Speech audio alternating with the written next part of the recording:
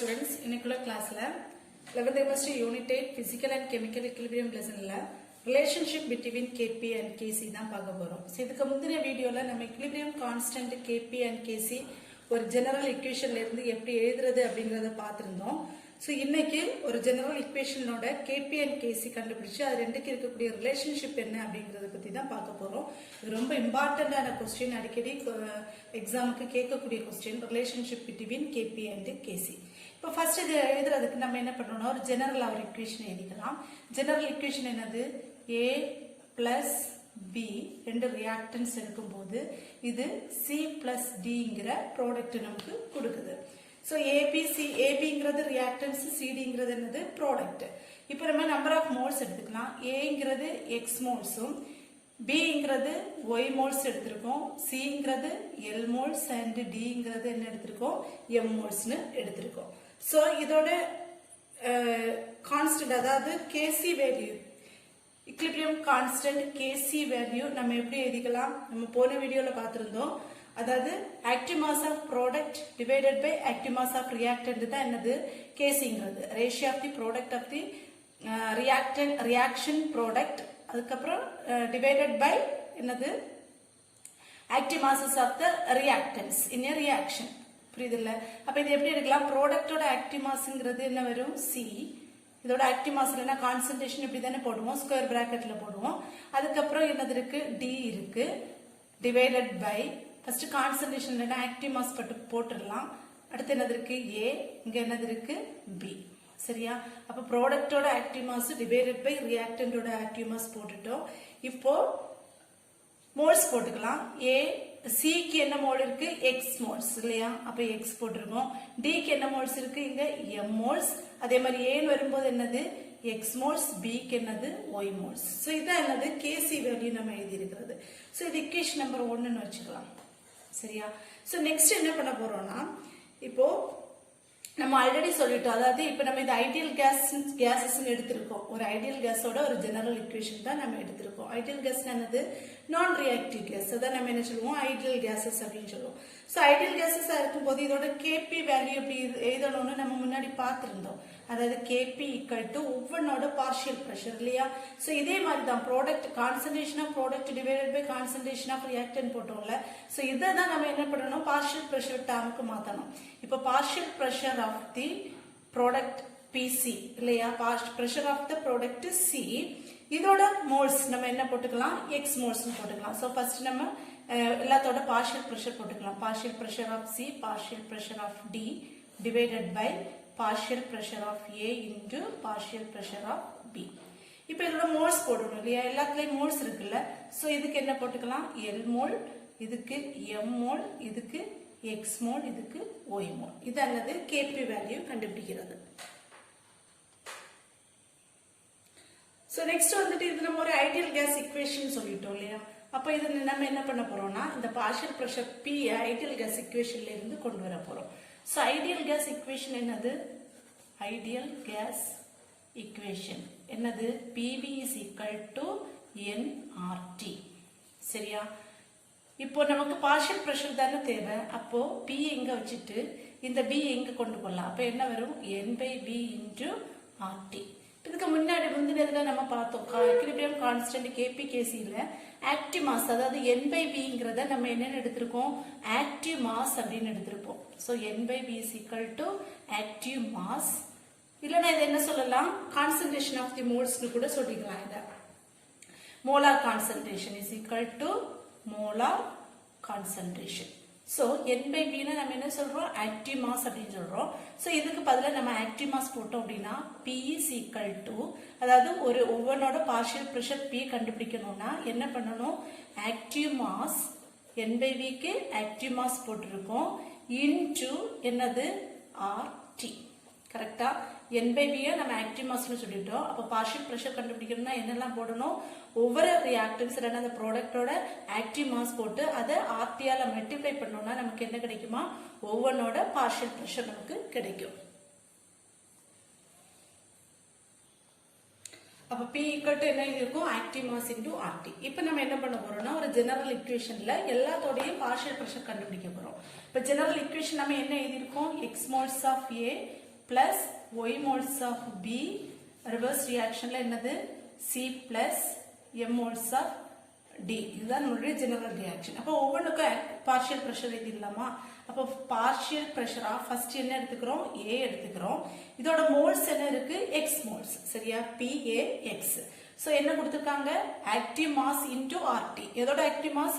Partial pressure A கண்டுபிடிக்கிறோம்னா A யோட active mass. So active mass நம்ம எப்படி போடுவோம்? ஸ்கொயர் பிராக்கெட் போடுவோம். Into RT. இப்போ இதுக்கு மோல்ஸ் இருக்கு இல்லையா? என்ன மோல் இருக்கு? X மோல்ஸ்னு இருக்கு. சோ கண்டிப்பா என்ன பண்ணணும்? A power X. அதே மாதிரி RT யையும் அதோட மோல்ஸால என்ன பண்றோம்? பவர் போட்டுக்கலாம். சரி, அப்ப இதே மாதிரி ஒவ்வொன்றையும் நம்ம எழுதுறோம். புரியுதுல்ல? அப்ப நெக்ஸ்ட் P, அடுத்து என்ன இருக்கு? B இருக்கு. அப்ப பார்ஷியல் பிரஷர் ஆஃப் B, அதோட மோல்ஸ் என்ன போட்டுக்கலாம்? Y. இப்ப இதோட பார்ஷியல் பிரஷர் எப்படி எழுதிக்கலாம்? Active mass of the reactant B into RT. இதோட மோல் என்ன போடலாம்? P க்கு என்ன மோல் கொடுத்திருக்கோம்? Y. அப்போ RT பவர் Y. சரியா? இதே மாதிரி அடுத்து P என்னது இருக்கு? C. PC அதோட மோல்ஸ் என்ன இருக்கு? L மோல்ஸ் ஈக்குவல் டு அப்ப active mass of C into RT. இதோட மோல்ஸ் என்னது கொடுத்துருக்கோம்? Mole L mole. இப்போ ரெண்டுலையுமே என்ன போட்டுக்கலாம்? L மோல்ஸ் போட்டுக்கலாம். நெக்ஸ்ட் என்ன போட போறோம்? PD. மோல்ஸ் என்னது? M moles. அப்போ active mass of D into RT. இதோட மோல்ஸ் என்ன வரும்? M. இதோட இதுக்கு என்ன போட்டுக்கலாம்? M னு போட்டுக்கலாம். இப்போ நம்ம ஒவ்வொன்றுக்கும் பார்ஷியல் பிரஷர் கண்டுபிடிச்சிட்டோம்.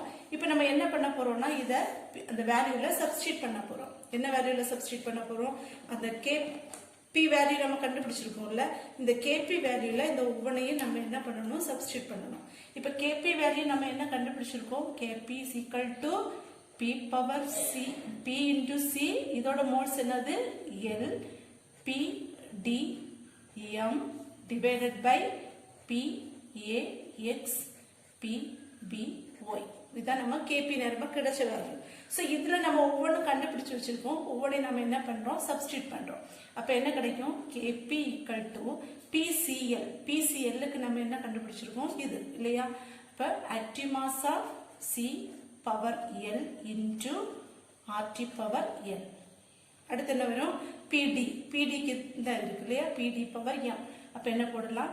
Active mass of D power mole M RT power M. கரெக்டா? Divided by PAX. PAX இந்த இருக்கு. இது எப்படி போட்டுக்கலாம்? Active mass of A power X RT power X into அடுத்து என்ன இருக்கு? PBY. PBY க்கு இத சப்ஸ்டிட்யூட் பண்றோம். அப்ப என்ன கிடைக்கும்? Active mass of B power Y RT power Y. சரியா? இப்ப பாருங்க எல்லாத்துலயுமே ஒரு RT ன்னு இருக்குல்ல. சோ ஃபர்ஸ்ட் மேல இருந்து ஒரு RT நம்ம என்ன பண்ணிக்கலாம்? காமனா வெளிய எடுத்துக்கலாம். அப்ப என்ன கிடைக்கும்? Kp equal to active mass of C power L into இந்த D சேர்த்து கொண்டு வரலாம். D power M. சரியா? இப்ப பாருங்க RT பவர் L இங்க என்னது? RT பவர் M இருக்கு. அதாவது இது என்ன ஈக்குவேஷன்ல நம்ம எடுத்துக்கலாம்னா A power M into A power N அப்படின்னு ஒரு ஈக்குவேஷன் ஒரு ஃபார்முலா படிச்சிருப்பீங்க. A power M into A power N equal to என்ன எடுப்போம்? A power M plus N. சரியா? இது மேத்ஸ்ல நீங்க படிச்சிருப்பீங்க. A power M into A power N வந்துச்சுன்னா அதாவது ரெண்டு மல்டிப்ளிகேஷன் வந்ததுன்னா ரெண்டு பவரை நம்ம என்ன பண்ணிக்கலாம்? ஆட் பண்ணிக்கலாம். சோ அத சேம் கான்செப்ட் நம்ம இங்க ஃபாலோ பண்றோம். அப்போ என்ன எடுத்துக்கோம்? RT பவர் என்ன வரும்? L plus M. சரியா? அதே ரூல் இங்கேயும் ஃபாலோ பண்ணிக்கலாம். இப்போ எங்க என்ன இருக்கு? RTX இருக்கு, RTY இருக்கு. சோ ஒரு RT காமனா எடுத்துட்டோம்னா இங்க என்ன கிடைக்கும்? active mass of A power X into active mass of B power Y. next என்னது? ரெண்டு RT இருக்கு. சோ இதே ஃபார்முலால எடுத்தோம்னா என்ன கிடைக்கும்? RT power X plus Y. So இதுதான் நமக்கு நேரமா கிடைச்சது இல்லையா? Kp equal to active mass of C D RTL plus M. Next என்ன பண்ண போறோம்னா இந்த RT power L plus M divided by RT power X plus Y இருக்குல்ல, இந்த RT power X plus Y மேல எடுத்துட்டு போலாம். அதாவது இது இப்ப என்ன ஃபார்முலா வரும்னா A power M divided by A power N equal to மல்டிப்ளிகேஷன்ல இருந்தா பிளஸ் போட்டுக்கணும், டிவிஷன்ல இருந்தா நம்ம என்னன்னு போட்டுக்கலாம்? M மைனஸ் N போட்டுக்கலாம். சரியா? அப்போ இந்த ஆர்டி பவர் எக்ஸ் பிளஸ் ஒய்யை நம்ம என்னன்னு எடுத்துக்கிட்டோம்னா இது மேல போகும்போது என்ன ஆயிடும் மைனஸ் ஆயிடும். ஸோ இதோட வேல்யூ எப்படி எடுத்துக்கிறோம் KP equal to active mass of C power L active mass of D power M divided by active mass of A power X active mass of B power Y. இது இவ்வளவு நம்ம எடுத்துட்டோம். இப்போ இது இவ்வளவு நம்ம தனியா கொண்டு வரலாம். எப்படி கொண்டு வரலாம்? ரெண்டு இடத்துல RT இருக்கு. A power M A power என்னென்ன எடுக்கணும்? A power M minus. இப்போ A RT ன்னு எடுத்துக்கலாம். அப்போ RT power L plus M அங்க இருக்கக்கூடியது. இப்போ இது மேல போயிடுச்சுன்னா என்ன ஆயிடும்? மைனஸ் எக்ஸ் பிளஸ் ஒய்னு ஆயிடும். சரியா? L plus M X plus minus X plus Y. இப்போ இந்த அதாவது இது இவ்வளவு டேர்ம் நம்ம என்னன்னு எடுத்துக்கலாம் கேசின்னு எடுத்துக்கலாம் இல்லையா? ஃபர்ஸ்ட் நம்ம இக்குவேஷன் எழுதும்போது ஒன்று எழுதி இருந்தோம் ஞாபகம் இருக்கா? அதாவது இந்த மாதிரி ஒரு ஜெனரல் இக்குவேஷன் எடுத்துட்டு அதோட கேசி வேல்யூ நம்ம இந்த மாதிரி தானே எழுதி இருந்தோம். Active mass of the product divided by active mass of the reactant equal to என்னன்னு எடுத்துக்கலாம் கேசின்னு எடுத்துக்கலாம். ஸோ அதே மாதிரி இந்த வேல்யூவை நம்ம இப்போ என்னன்னு எடுக்க போறோம் கேசின்னு எடுத்துக்க போறோம். அப்போ என்ன வரும்? KP equal to KC into RT. இது என்ன இருக்கிறோம்? இது கேஷியஸ் ஐடியல் கேஸ் இக்குவேஷன் சொன்னோம் இல்லையா? அப்போ கேஷியஸ் மாலிகூல்ஸ் இருக்கு. அப்போ டெல்டா என்ஜி. இந்த டெல்டா என்ஜிங்கிறது என்ன சொல்லியிருக்காங்கன்னா டெல்டா என்ஜிங்கிறது difference between the sum of number of moles. அதாவது சம் டிஃபரன்ஸ் பிட்வீன் எது டிஃபரன்ஸ்னால என்னது மைனஸ் பண்ற மாதிரி இருக்கும் இல்லையா? அதாவது sum of number of moles of the product minus sum of number of reactants. இப்போ இங்க அப்படிதானே இருக்கு. இதானே ப்ராடக்டோட மோல்ஸ். நம்பர் ஆஃப் மோல்ஸ்ங்கிறது L plus Mங்கிறது. ரியாக்டன்டோட மோல்ஸ் என்னது X plus Yங்கிறது. ஸோ டெல்டா என்ஜிங்கிறது என்னது? Sum of product of number of moles of the product. இதானே number of moles of the product minus அதாவது டிஃபரன்ஸ்னால என்ன வரும்? மைனஸ் வரும். Sum of number of moles of the reactant. கரெக்டா? அப்ப நம்ம KP equal to KC into RT delta NG. இப்போ இதான் என்னது நமக்கு இருக்கக்கூடிய கேபி கேசியோட ரிலேஷன்ஷிப். இப்போ KP equal to KC into RT delta என்ஜிங்கிறது என்னது? நமக்கு கேபிக்கு கேசிக்கு இடையில இருக்கக்கூடிய ரிலேஷன்ஷிப். ஸோ இந்த ரிலேஷன்ஷிப் ஒரு 3 கேஸ்ல எக்ஸ்பிளைன் பண்ணியிருக்காங்க. அதாவது டெல்டா என்ஜி வேல்யூவை பொறுத்து கேபி கேசி எப்படி இருக்கும் அப்படிங்கிறது தான்.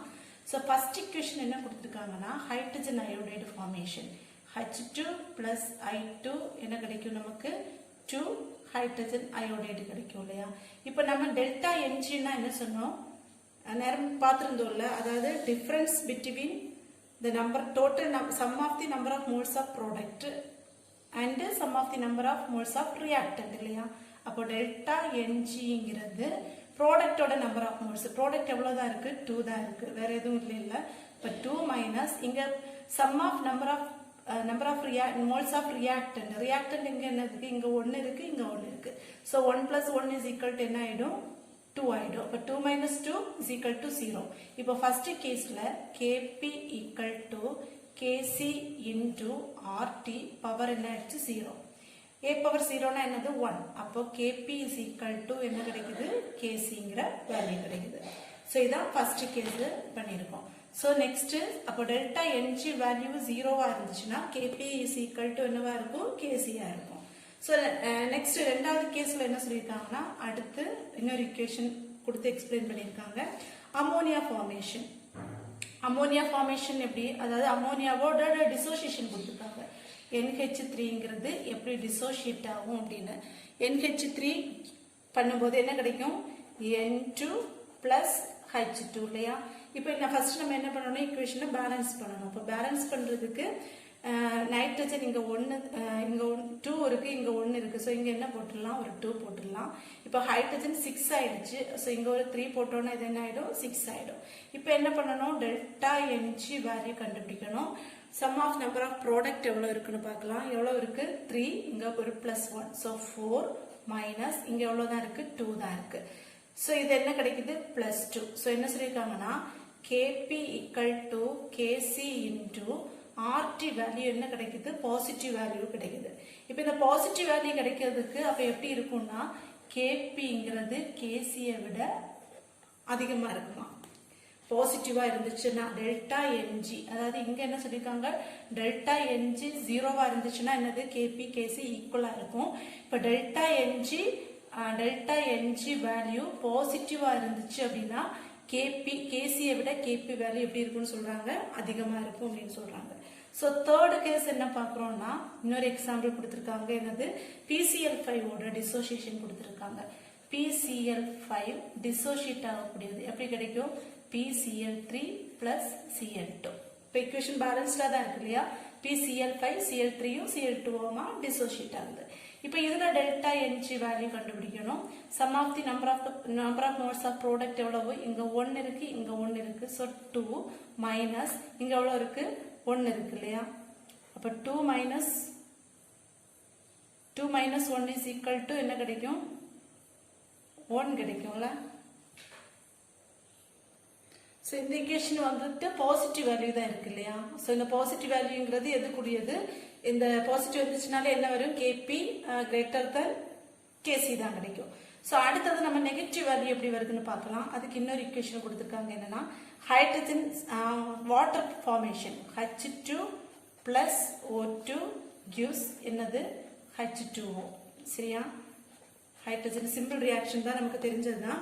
இப்போ ஈக்குவேஷன் நம்ம என்ன பண்றோம், பேலன்ஸ் பண்றோம். பேலன்ஸ் பண்ணும்போது பாருங்க, இங்க H2 கரெக்டா இருக்கு, இங்க O2 இருக்கு, இங்க ஒரு ஆக்சிஜன் தான் இருக்கு. ஸோ இங்க என்ன போட்டுடலாம், ஒரு 2 போட்டுடலாம் இல்லையா. அப்போ ஹைட்ரஜன் என்ன ஆயிடுச்சுங்க, 2 into 2 4 ஆயிடுச்சு. ஸோ எகைன் திரும்ப நம்ம இங்க என்ன போட்டுடணும், 2 போட்டுடணும். இப்போ இதோட டெல்டா என்ஜி வேல்யூ எப்படி கண்டுபிடிக்கிறது, sum of number of moles இந்த ப்ராடக்ட் எவ்வளவு, 2 தான் இருக்கு. ஸோ 2 மைனஸ் இங்க எவ்வளவு இருக்கு, 2 plus 1. So எவ்வளவு 3. So வேல்யூ என்ன கிடைச்சது, நெகட்டிவ் வேல்யூ. அப்போ Kp equal to Kc into RTங்கிறது என்ன வேல்யூவா கிடைக்குது, நெகட்டிவ் வேல்யூவா இருக்குன்னா Kp is less than that of Kc. சரியா, இதுதான் 3 இது கொடுத்துருக்காங்க. இதை மட்டும் ஞாபகம் வச்சுக்கோங்க. டெல்டா என்ஜி ஜீரோவா இருந்துச்சுன்னா Kp equal to Kc, delta என்ஜி பாசிட்டிவா இருந்துச்சுன்னா Kp is greater than Kc, delta value நெகட்டிவா இருந்துச்சுன்னா Kp is less than Kc. இதான் 3 cases. ஸோ இதான் வந்துட்டு relationship between Kp and Kc. ரொம்ப சிம்பிளான ஒரு டெரிவேஷன் தான். ஒரு டைம் பார்த்தீங்கன்னாலும் ஈஸியாக புரிஞ்சிடும். ஆனால் ரொம்ப இம்பார்ட்டண்டான ஒரு கொஸ்டின், அதனால ஸ்கிப் பண்ணாமல் படிங்க. எல்லாருக்கும் புரிஞ்சிருக்குன்னு நினைக்கிறேன். தேங்க்யூ ஃபார் வாட்சிங்.